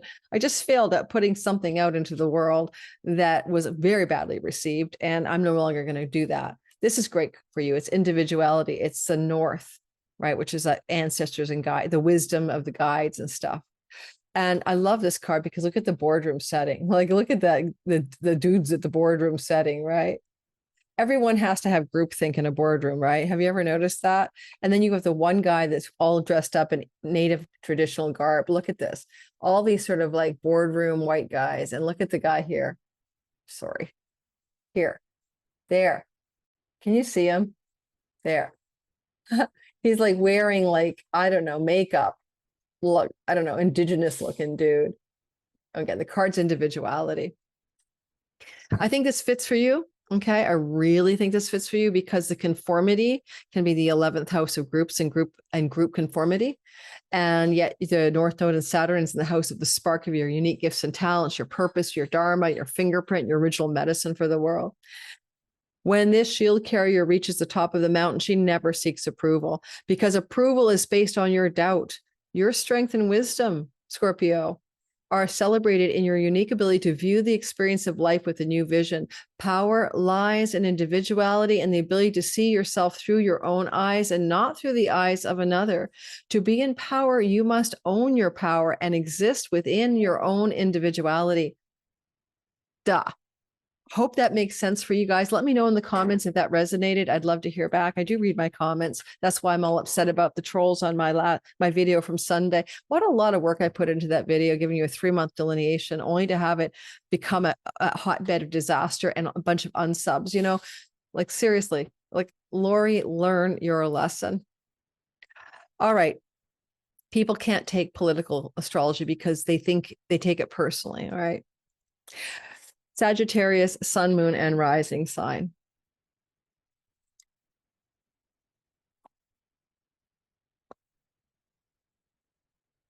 First of all, I'm going to bite my ice in my drink. First of all, I want to let you know that if you have a career, if you're a working person, if you have a job, purpose, and career, there's most certainly something about that path that you're on that's your Achilles heel. And you need to let go. And your fallen Venus says, let go. And something about the path you're on, it's time to release it, surrender it, let it go, have it let go of you regarding the idea of work, path, purpose, career, reputation, social standing. Now, Mercury rules that eclipse and he rules your marriage house. And so some of you, yes, if you're in a long-term relationship, you might be like substantially letting it go as you announce to the world that is no longer a part of your life. And this eclipse could therefore close this out because the house of your reputation, social standing, the house of weddings, let go, release. Venus is a ruler. Mercury rules the eclipse, but he rules your marriage house. And he's with Mars to cut sever an end. I might have covered some of this in my earlier Finger of God reading, so go watch that. Lastly, Venus is with the eclipse. She's got her fingers in the pie, so to speak, right? And she exalts your house of home and she rules your house of work. So some of you will be in the next year defining a new line of career and work. And, you might have to release or let go of an old path. It's no longer true. And at the same time, with Venus exalting your house of, home and Saturn here, some of you may be looking at an opportunity to change your home and maybe a rental property because of the activation of the sixth house.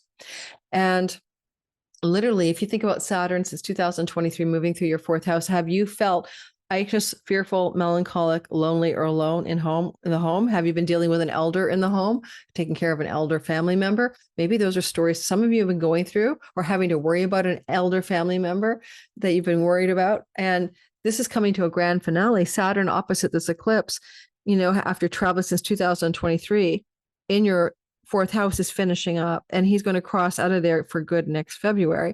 So he's a part of the eclipse, and he's talking to the North Node of growth and expansion. You might want to move to another country. The North Node represents the foreigner, the foreign energy, and some of you might be changing your home to a foreign land, and that would be totally okay in this chart and be very positive direction for you. But that would also let go of a career path maybe, or a reputation standing. You might notice as well in this energy that there's wisdom in Saturn. So if you've learned to get out of anxiety, fear, melancholy, depression, worry, when he was here since 23, you now could step up into a kind of authentic mastery as this eclipse is eyeballing Saturn, and Saturn's eyeballing the eclipse. Because ultimately, if you can do that, I think some of you might step into a new earnings path that's quite lucrative and quite successful over the course of the 1 year that follows this actual eclipse. But you may also change your home, release your home, let go of your home. The sun does rule the house of international travel. It's being eclipsed. There's a possibility some international travel is going to bring change in your life, or it could be eclipse. There's less international travel, even less short distance travel. And you might be more finishing up some things you need to deal with in your home and your homeland so that you can move forward in life. And I'm going to now draw a card for you and see what we get. Now, this is the card deck. I really like it. It's called the Power Deck by Lynn Andrews. It's one of my favorite decks now. My partner, James, gave this to me, my soulmate, James, and as a gift. And I'm like, wow, that was like a hit. Like he's Mr. I'll buy you an oracle. He buys me a lot of oracle cards and I find them amazing. I got the card offering. The South is childhood.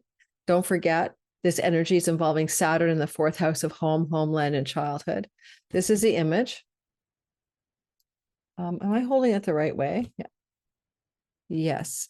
It's the earth on a rock with this beautiful red maple tree and a bow, a ribbon tied on it. All right. Every day of our lives, we take from Mother Earth our energy for life. Yet we often forget the ancient tradition of sacred giveaway. Sacred giveaway. Take a moment to sit in silence and count the magnificent things, Sagittarius, that you have in this life. Even if only the wondrousness of being given life. Reflect on the great mother, the Mother Earth, and ask yourself, what have I given back to her lately to heal her? Then think of the higher vision of life and balance on this earth and realize that the greatest gift that you can give Mother Earth and your fellow humans is your own enlightenment.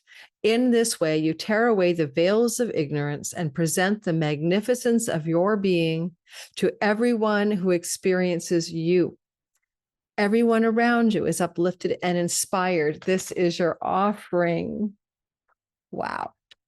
I didn't tell you this, but the fourth house is one of the moksha spiritual liberation houses for enlightenment. Saturn is the Lord of time and karma. It is time for your enlightenment or your spiritual rejuvenation as you let go of the 10th house concerns about worldly success and achievement and what the world thinks of you and your social standing and reputation. Capricorn, sun, moon, and rising sign. This is your sky. The thing I like to know you to know the most in the sky is that Saturn is the Lord of your sign. And every time we look at Saturn's involvement in anything, and this time it's an eclipse, then you have to pay attention because this is very important, more so than normal. And so Saturn is looking at the eclipse from the third house with that north node. And there's a potential here that one thing I'd say is that there's going to be some travel internationally or a change of home connected to travel. Now, one part of the sky over the next 6 months to a year, one part of the sky is to look at this ninth house of God. This is a place where we have spiritual ideology, religion. It's where we have pastors, preachers, guides, gurus, and mentors, and coaches, people who guide us like a spiritual guide. And there's an eclipse, like you're eclipsing it. You're losing your religion. You're up your spiritual ideology. It's letting go of you. And maybe even you've had a particular guide that's been, helping you in life, a coach, a therapist. And it's time for that relationship perhaps to become eclipsed because maybe your karma is done. The sun is being eclipsed and rules your eighth house of the most karmatic stories in your life. Ninth house is also a very powerful Lakshmi house for wealth and prosperity and luck. And that could also be something that's a destined, fated way that the life wants to show you the goodness that she has to offer you. Life is like a she in my view. And Mercury rules the eclipse in the 10th house of reputation and career.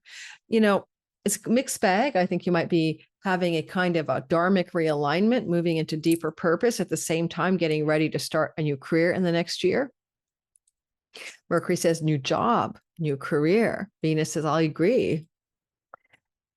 If you're retired, then just a new sense of mission and purpose, a new sense of reason for being, for getting out of bed in the morning. You want to follow inspiration.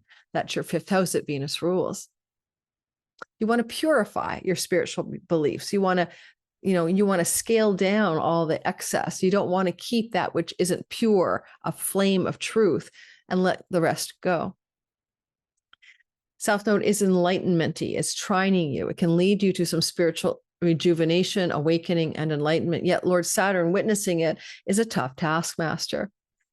You could come into some alignment because of a spiritual teacher, guide, or master that you're going to encounter in life, either through travel or in the social media and online landscape where Saturn is sitting. Partly, I think, with Saturn here, you got to go back to 2023 and you got to think about March and think, what has Saturn been doing in my third house? Has he given you hardship with siblings? Has he given you difficulty with your neighbors? Has he given you aloneness and solitude or a fear and anxiety in your home, neighborhood, alignment with your extended family? Have you spent a lot of time alone, but yet in proximity to aunts, uncles, cousins, nieces, nephews, siblings? Have you had an elder sibling or difficulty with your youngest sibling as a hardship during this transit? Saturn's doing his last gasp here through till next February. So this is last chance saloon on some kind of maximization of the lessons here. Like if you worked in social media, online, writing, communicating, marketing, selling, you would have been just working hard, right? If you're in retired, then you're just dealing with some very intense energies to connect to the themes I've mentioned, including your extended family that I already talked about.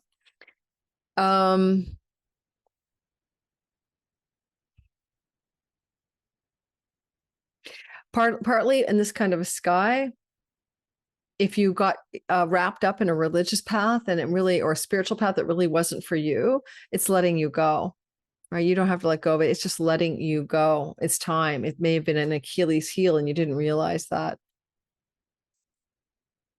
Ninth house is to let go of the diploma, the academic setting, the environment of the legal case that you're trying to win. It's letting go of you. You're letting go of it.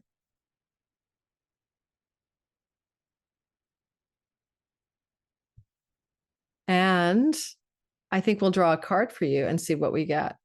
We're going to use the power deck and we're going to see what kind of card is in the works for you and see how we look. Trust. Well, you know what? The ninth house trining you, it's a Dharma house, but it's where the house of God. It's like when you would go to the Asclepium and dream, or you go to see the temple of Apollo or the temple of Zeus or the temple of the Oracle of Delphi and get some guidance, right? There's that energy up there. Trust. And by the way, I'll show you the picture. Two looking like Japanese or Asian ladies. There's the earth walking towards the, well, look at that. That symbolism looks Mayan to me, but maybe not. Maybe it's Asian on some kind of structure that looks like a megalith. All right. Here's what we got. We're going to read the card. Trust. Another south card. We got a lot of the reds, the south on the medicine wheel. In love, there must be trust. Without trust, there is no love. Jealousy is an illusion of the mind and of the heart. Trust lives in the lodge of your innocence. Heyoka is a warrior of the Native American tradition who goes into battle backward on his horse with a broken lance, knowing that the Great Spirit will protect him. It is this kind of trust that you need. The imbalanced aspects of patriarchal history reside like stone. The eclipse is in the house of God, and Saturn and the North Node is in the house of Goddess, right? So both the patriarchal and matriarchal spiritual energies there. It is this kind of trust that you need. The imbalanced aspects of patriarchal history reside like stone carvings within each of us. Welcome the new aspects of feminine power to your being, even though they may seem foreign. Venus is the goddess of feminine power, looking at Saturn in the house of the goddess. Trust the ways of divine power and great spirit. Know that you are made of this divine power and live with trust in your heart. What? I got like a pop-up on my phone. There's some event I'm supposed to be at. And it's a spiritual guru guy doing an online seminar on the 17th. So maybe I'll go. It's at 7 p.m. Oh, no, I can't. I'm recording a video with Dan Waits of World Astrology Report. I'm going to be a guest on his channel. All right. Aquarius, sun, moon, and rising sign. I'm one of you. Look at this eclipse in our 8th house. We had it like back in 2006, 1987. I'm going to, refer everybody back to my Finger of God first eclipse video on that. It's already been put out. This one is my second video. Focus on Saturn. Saturn's like a Capricorn. Saturn's the Lord of our sign, and he has been spending a long time, since 23, shoring up our finances by giving us structures, forms, discipline, dedication, and the ability to work hard to make money, save money, and structure money. So yeah, I incorporated last year. I also am called the hardest working astrologer on YouTube by thousands of followers. And that's Saturn in my second house. I come by it honestly because he sits on my ascendant as well. So yeah. Now, that said, the Saturn with a North Node of Destiny is looking at the 8th house, witnessing the 8th house, right? Taking a gander and looking at it. And this is important because Lord Saturn has something to tell us about what we must, that's an Achilles heel that we must let go of. There's so many things to say here. First of all, Saturn in the house of what we ingest through our mouth and nose, connected to the house of addictions. And Venus, the goddess of pleasure, fallen. Yes, some of us need to let go of the wine that we love, or the weed, or the vape, or some other self-sabotaging, self-undoing addictive pattern or habit. And that's what we're going to release on this eclipse. But we couldn't try to release it before. But Lord Saturn gives us stamina, endurance, and boundaried power to let go, or have it let go of us, right? So it lets go of you. You don't have to let go of it. Now, one of the things that's really fascinating about this story is that we find ourselves often in the purview of chunky money here. This is an enlightenment house. So you get full on moksha liberation over in the 12th. You get partial liberations in houses 4 and 8. The liberation of the 8th is a disidentification from the ego. The liberation of the 4th is disidentification from culture, family, origin, tribe, right? So this one here is like, okay, I'm letting go of my egoic consciousness. I'm not the small self anymore. So there could be an enlightenment vibe coming for you here for sure with this kind of sky. I wouldn't doubt it. Very, very possible, especially with Mars anaretic in the 9th house as this eclipse is forming. Another energy I want to say about that is, how is it that you are ready to have it let go of you, or to let go of a source of financial sustenance connected to someone else's money? For example, in 2006-7, when this eclipse cycle was going through, I let go of financial support in a divorce settlement. Now, I didn't just let go of alimony or spousal support because we hadn't gotten that far. I signed a document that said I will not take any of that. I released myself from being a woman in a divorce after 20 years with 2 children, of taking any money from my spouse, including entitlements to his retirement fund, like his, whatever. Now, I often regretted that, like when I was feeling down about money, but karmically, it was what was called out for me. And I wasn't even looking at the astrology. So if you rely on spousal support, inheritance money, government stipends or grants. If you're relying on unearned income or money you share with your spouse, if that money's, your crutch, so to speak, you're tossing the crutch up like a hallelujah moment, like, like the Lourdes, you just throw your crutches away. You don't need that money. For example, maybe ad revenue or royalty income is a crutch. I'd say it's a crutch for me at this point because I make the money on YouTube, right? And it's a bit of a crutch because I may not want to be the astrological weather girl. And I certainly get tired of speaking my mind about, as a human being, feeling sad that somebody's 2 children and a wife witnessed their husband murdered in public and now being called out as being racist, for God's sakes. It's exhausting. And yet I make ad revenue on YouTube and it's a major part of my income source. Not all of it, of course. I teach and do other things. So, is this a crutch that's going to be letting go of me? And I want you to think about, I don't want anyone to get up and quit their job or, ditch their retirement account or say no to their inheritance. I probably overdid it when I said no to any spousal support or whatever I was entitled to. Rather, I'd say, let it go of you. It's going to let go of you. Allow for it to let go of you. Something wants to transmute and change. You don't need to make a decision. It's going to happen naturally. Mercury rules this eclipse and he rules the house of lottery wins. So who knows? Maybe one of you guys, Mercury rules this house and this story, are going to win money from the Lakshmi house of good luck, flowing to the house of good fortune. Something, I dreamt about Lakshmi the other day. I literally dreamt about this sequined Indian woman telling me she was Lakshmi, and then she turned into the 9 of Pentacles in my dream. So what are you going to do with that? So if I win the lottery, I'll let you know. And sometimes I think I cast pearls before swine on YouTube, honestly. So, it gets tiring too. So maybe that source of income will be letting go of me, right? Letting go of me. I love a lot of you guys, but sometimes people are crazy out there. One more thing I want to mention before we go ahead and draw a card for our sign, because I think it's important to cover everything. Venus is the dominion lord of your 4th house of home and property and land. The moon is the ruler of the house of rental properties, for example. There's a strong indication that there's a change of home for some of you over the next 6 months to a year from this eclipse, to release and let go of a home of some sort for some other home of some sort. Okay. And let's go ahead and draw a card for you and see what we get. And I can't believe this video is taking this long, but I'm actually enjoying this video today. And I think I'm telling myself, when I do the world astrology in the front end of my video, although I'm enjoying it at the time, I'm not enjoying the flack. And so I'm enjoying that. Hopefully no one's going to be all over me on this, like giving me bad vibes. Wow. Imagination. Let's take a look at the picture first. That's a very Neptune story, imagination. There's a beautiful pond in a rocky river pond in a forest. And so, there we go. Isn't that beautiful? Imagination. Let me reflect before I read on that why I got that card for the Aquarius sun, moon, and rising, right? Because nothing is without, it's never an accident. Reality is full of its truth. Neptune, the god of imagination, is sitting at the very beginning of Aries, and he's retrograding. And by October 22nd, he enters into your 2nd house of earnings and money and resources with Lord Saturn, which is to make your dreams come real. And so I will say to you that this energy of Neptune is also coming into the story over the next 6 months to a year, but certainly in the next 6 months. And so your mindset, imagination, visualization are very good tools for you as you imagine yourself in a new world financially, as well as with addictions. Enjoying the wilderness of your own soul through contemplation brings you to the altar of your imagination.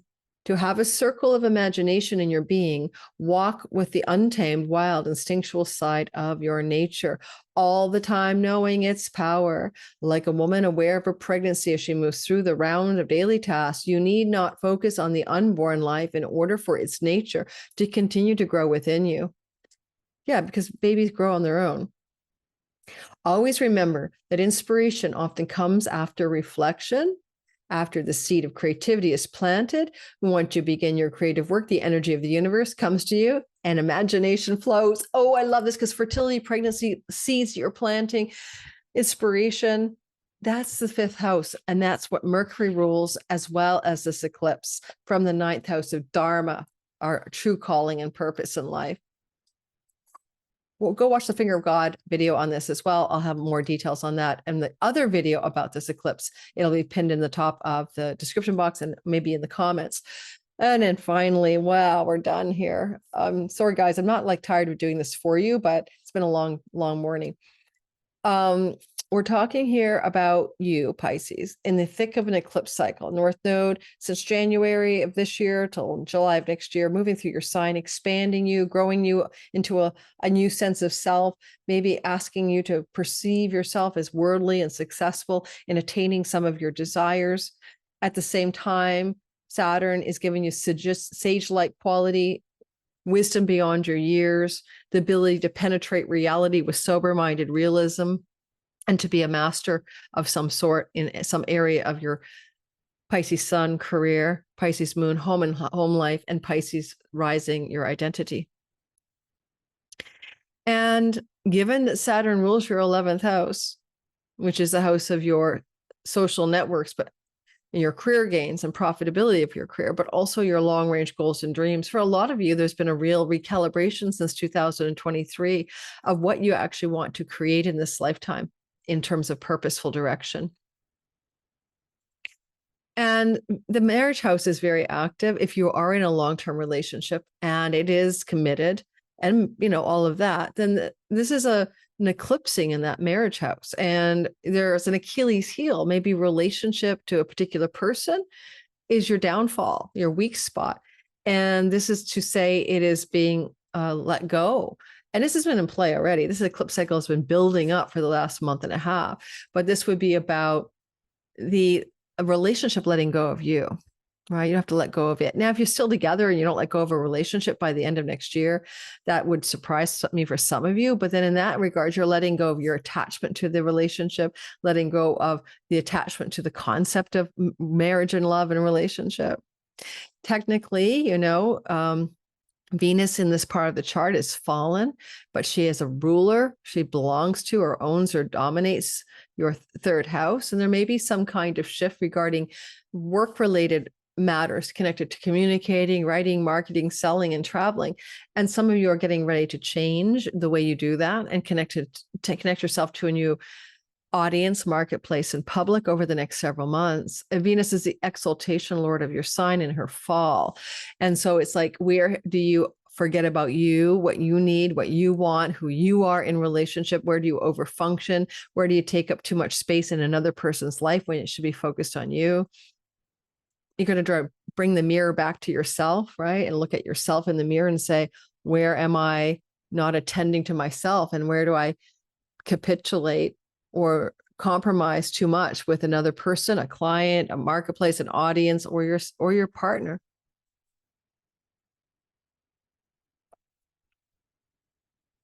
Saturn has sage-like wisdom. He is you looking at things with a realistic, wise, masterful eyeball. Yet you might feel anxious, afraid of being alone, afraid of being lonely, because maybe there is a relationship that's no longer viable in your life. It doesn't have to be marriage. It could be a friend. It could be a business client. It could be an audience member. It could be someone significant. A pattern of relationship is ending, not just a relationship. I say if you were ever codependent in love and relationship, that pattern is closing down as well. A sibling, 3 older than you, belongs to the 7th house, may encounter difficulty in their life, and you may become aware of that in the next 6 months. Mercury rules this eclipse, and he's in the house of chunky money connected to the 4th house of land and property and real estate. You could conceivably come into some sort of chunk of money over the course of the next 6 months to a year from this eclipse. If you do, it could inform where you live. Especially since Saturn rules the house of windfalls and he's with the North Node. Now, you could get some unexpected chunk of money from your spouse if you're married. They could come into some money when some member of their family may pass and you may come into money. There's that story as well. Let's draw a card and see what we get for you guys, and then we're done. All right. Whoa, these are Otter Spirit jewelries. Everybody buying Otter Spirit gets 20% off with my code. I love their stuff. Go check it out. This one isn't. These guys are. Go check it out in the description box below. I just share them because I love them. I'm not getting an affiliate link. I don't make money for that. If you see beads on my arm, it's Otter Spirit. They have astrological trios and stuff like that. I'll be sharing a really cool set that I custom ordered coming up on some videos in the future. Release. Okay, what is it you need to release? This is the east part of the medicine wheel. I think you're the only one who got a yellow card today. There's an eagle flying above, I don't know, snow or water on rocky shores. Eagle, eagle, eagle. And you need to release. Okay. Anytime that you are possessed, Pisces, by an emotion that you cannot control, know that it does not belong to you. Someone is sending negative energy towards you, and that happens. That's probably why I'm getting tired of YouTube. I have an evil eye thingy. I'm going to start putting it up behind me when I do my videos from now on. You know, and it's superstitious, but it feels better to me. Imagine that the negative emotion is muddy water pouring down through your hands, into your legs and feet, and onto the earth, or take that emotion into your hands and release it like a hawk and let it fly away. We tend to hold on. Oh, that was a hawk. We tend to hold on to fears and negative energy. Now, Saturn's in your sign since 2023 March. And for some of you, holding on to fears and anxiety has been a thing. I mean, let's confess, right? I'm your priest. You've been doing it. We tend to hold on to fears and a negative energy in an addictive way. When you release your fears, you allow power to come into you. Create a welcoming void through which the power create a welcoming void within through the power of release. If you don't release the person in your life, release the way the person mirrors you, right? Release the attention to what they say about you, what your audience, your client, your marketplace, your spouse is saying to you about you. Let it go. Find your own inner landscape of sage-like knowledge and wisdom about who you are and what you're up to. I often have a synchronicity story or something for you in the outro, so I'll do one today. So I literally had the experience of wondering if I should dump the world astrology content off of my channel here and just do general astrology like I did for you today and make less people angry. And for me, less this disruption to my mental health, you know, from trolls. I thought about that. And I thought about that like 3 or 4 days ago as this eclipse was building. And just as I did that, because I do mostly world astrology on my Substack, where I talk about world events and I add the all sign stuff, I had a viral hit on Substack. It was my astrology of the Mars transit and the Israel asteroid and stuff like that in the death of Charlie Kirk relative to his natal chart. And that went viral. And I got like, 200 new subscribers or more than that, like 600 subscribers, maybe 150 new paid subscribers. I was trending number 21 in culture, and the next day 32, and today I'm trending 76 in culture.